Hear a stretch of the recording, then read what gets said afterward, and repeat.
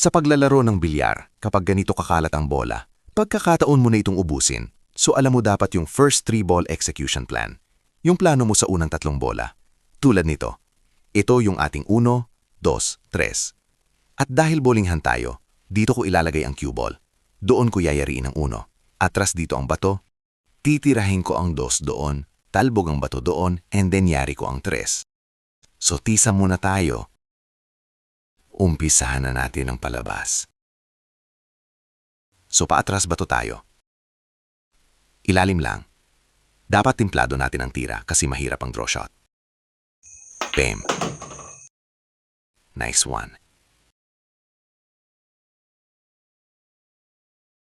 So dito, konting ibabaw lang para hindi lumayo ang bola punta sa 3. Tamang pag-apang lang.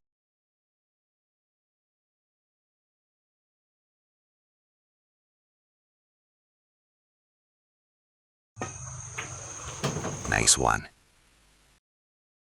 Okay. And then, maaring dumikit dito sa 4 ang bato kasi sa kanyang anggulo. So patras na naman ang ating tira. Medyo malakas para humatak. Ilalim lang. Bam.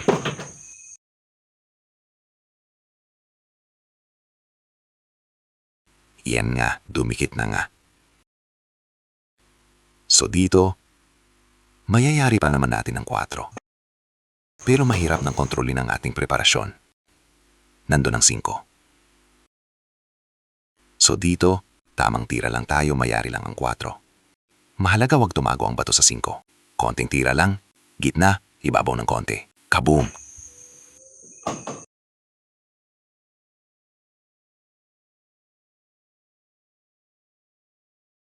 Medyo malalim ang tira sa 5.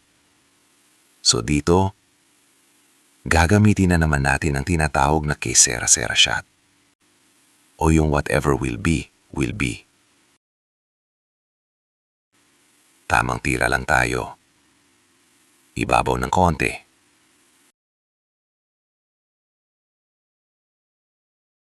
Kaboom! Iyan nga, nagkarambola na. Ayun, nayari na ang 5. Taranta na nito tiyak ang kalaban. Pero kasama sa laban yan eh. Kaya nga napakahiwaga ng bilyar. So tira size tayo. Ibabaw lang ng konti. Tamang pagapang lang para preparasyon sa 7. Bam! Nice. So dito, ang tira naman natin ay kontra ibabaw, kaliwa. Para gumitna ng takbo sa mesa ang bato. Para pabor sa 8. Bam! Nice. Okay.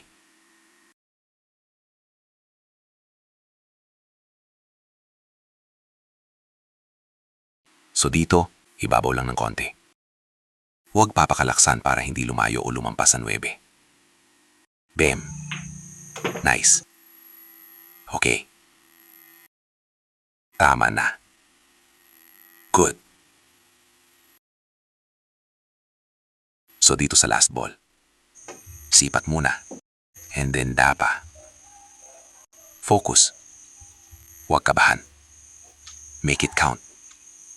Bam. Nice. So pagkaganyan ang tumbok mo, sigurado ayaw sa'yo ang kalaban. May swana na, may tumbok pa. Okay. Tulugan na muna tayo. Thanks for watching.